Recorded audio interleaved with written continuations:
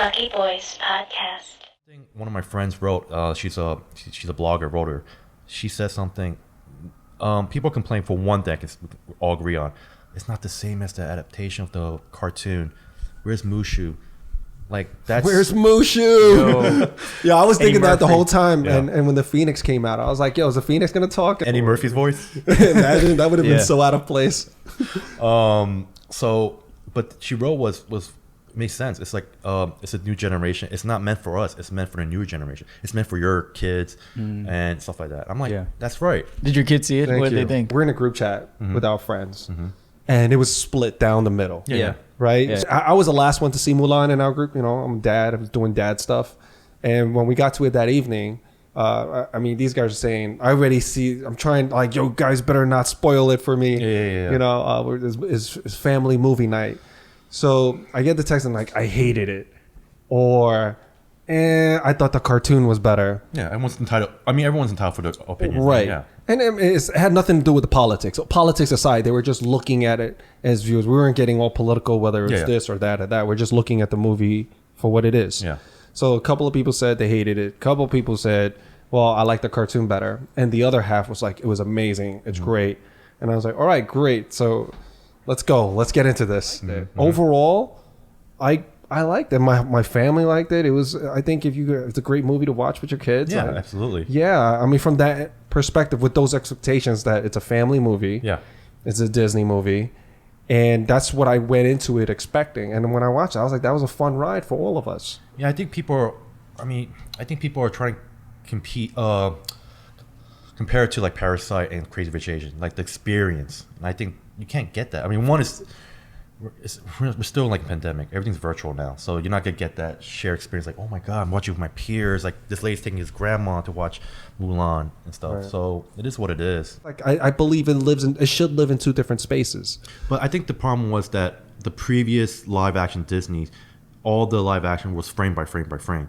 So people was like, well, you did it for Beauty and Beast, Aladdin. Why can't you do that with Mulan? And people, I think That was the expectation because Yeah. based off of their track record, that's what they were expecting to see. yeah, like Right. Lion King was like frame by Frame by frame, frame, yeah. man. You know, just live But action. here's the thing: Some extra it wouldn't- songs in there. I mean, imagine Mushu coming out with Eddie Murphy's voice. That would have been Yo. It would have been so comical in all the wrong ways. I don't know. For I think, real that, life- I think that'd be cool. Within- there is a faction, like you said, there's a faction that wants it maybe a grittier Mulan, but there was a faction that they wanted a musical Mulan. True. Yeah. Right. True. All right. Now, if they did it like that, it could have worked. It could have worked. I think Well, what did your daughters think? Because they didn't have the experience of the previous they one. did. Oh, they did have They that. loved Okay. the cartoon. And Okay. look, any opportunity I get to show my girls an Asian princess, an Asian hero, strong female that's Asian, I want to absolutely expose them to that because they have T-shirts with white girls on them. Yeah. They have T-shirts, toys, Barbie Barbies, all dolls, this, yeah. and it's full. We don't have any Asian dolls or anything, so I purposely like find Chinese dolls in Chinatown that's not even famous or a cartoon that we know, just so that they can have it in their space, so that they're not subconsciously raised to think that this is the standard of beauty. You know, I think a lot of people have that, the blonde hair, blue eyes standard of beauty. Yeah. And so that's a whole nother story. But they were able to see both, and I think they looked at it like I did. It lives in its own space. They understand this is a cartoon and this is Yeah. Mulan, the show. And that's the approach I took a look. But as a filmmaker, going back to before, what I will say, if I were to kind of compare the two, and I understand if forget about just having Mushu and all this craziness, or making it a musical. It's just as a filmmaker, the pacing for the cartoon was absolutely excellent, excellent. Just from the transitions from when they were singing and they were like, yeah, and this is amazing, and as soon as they, for example, that one scene in the cartoon, I've watched it like 20 times with my kids. I saw it after watching the live action. Like, let me just put it on Disney So Plus. how they're like super selling, and then Yeah. they finally get to meet up with all the soldiers, Yeah. or where they're supposed to be, and everyone's dead. Everything is dark and grim. Yeah. And then I think I forget the general. Shang. Yeah, he says something along the lines like you're now men. Yeah. Or is it? And I looked at that like, whoa. And then one of my friends was telling me about it, and we had a discussion, and I was like, okay, let me play it back, and I went to look at it. I was like, yeah, that is excellent. And he goes, now look how they did it here. Yeah. And my friend sent me a video, and I was just like, oh snap, that is an interesting take. I'm like, and now I'm start looking at it because my friends are filmmakers too, and I'm start comparing and looking at it as from a pacing standpoint. Oh no, absolutely. It's killer. I mean, like, I have a colleague works in the DC animated cartoon universe, and you know everyone complains like after the Dark Knight Rises or let's say Man of Steel, most of the DC films aren't that great, but if you watch the cartoons, they're fantastic, and the pacing are excellent. First 5 minutes, you don't need a backstory. You get the inside incident, and also you know what's going to go on. You know, I think Hollywood or directors need to hire those writers. Seriously. Yeah. Oh my gosh, yeah. You know, white, black, age doesn't matter. Those are good writers. You know. Absolutely. Can I just say that I think the movie was longer than it was supposed to be, and I Should have think been longer or should have been less? It was longer, but I think, you know, due to certain like, you know, executives and whatnot, I think it was like shortened in a way. I can't say for sure, but I'm pretty sure that's what happened. Like production wise, the story was more fuller than it should have been. Yeah. Yeah. I mean, that's why there's a director's cut out there. You know? I'm pretty sure. Yeah. Hopefully. But I always wonder in the past, I'm like, why do you keep shortening?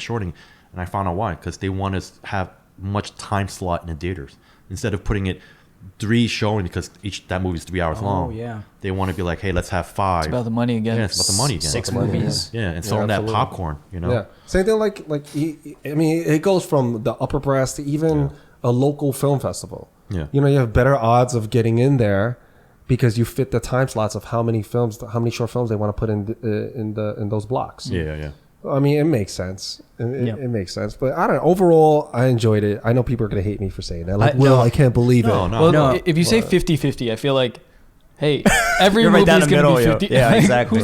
Who's going to love everything, you know? I think Mulan specifically, though, is a little more sensitive due to all the politics around it. Yeah, I think for people are sure. attacking Yeah. for that. I'm like, hey, I'm just watching it as an audience. Right. Yeah. People forget that. Yeah. Right. You know? Or they'll even attack you for even watching it in the first place. Well, that's the thing. Like, Right. besides supporting my friends and representation, if you don't watch it now, they're gonna spoil it next day. Right. And I hate that. Like, you know that scene? I mean, it's already out there. That scene where what's the name? Spoiler alert, guys. Yeah. Well, just, Cover your ears. Spoiler. Cover your ears. It's coming up. When Ming-Na introduced Mulan, Okay. I was like, what? No one knew that she was on that project. It's on Sunday, already posted a GIF. I'm like, wow, really? Like, you gotta. It happens fast, yeah. So, I love that actually. I love the fact that they gave some nods to the Disney movie. Exactly. Like they didn't have singing, but they had the lyrics in the dialogue. Yeah. And when Ming-Na came out, I was like, oh, that's the original Mulan. Oh, cool. That's great that they gave the nod to the musical Disney. But I give my 2 cents about like I saw this post by somebody, and he was like listing all these like reasons why people are so against Mulan, like all the politics and everything like that, and even like the story, it's not fully fleshed out and everything. And then in the final sentence, he said that when I saw my little girl's face light up when they saw Mulan come on screen, that's when I said fuck the rest of that shit.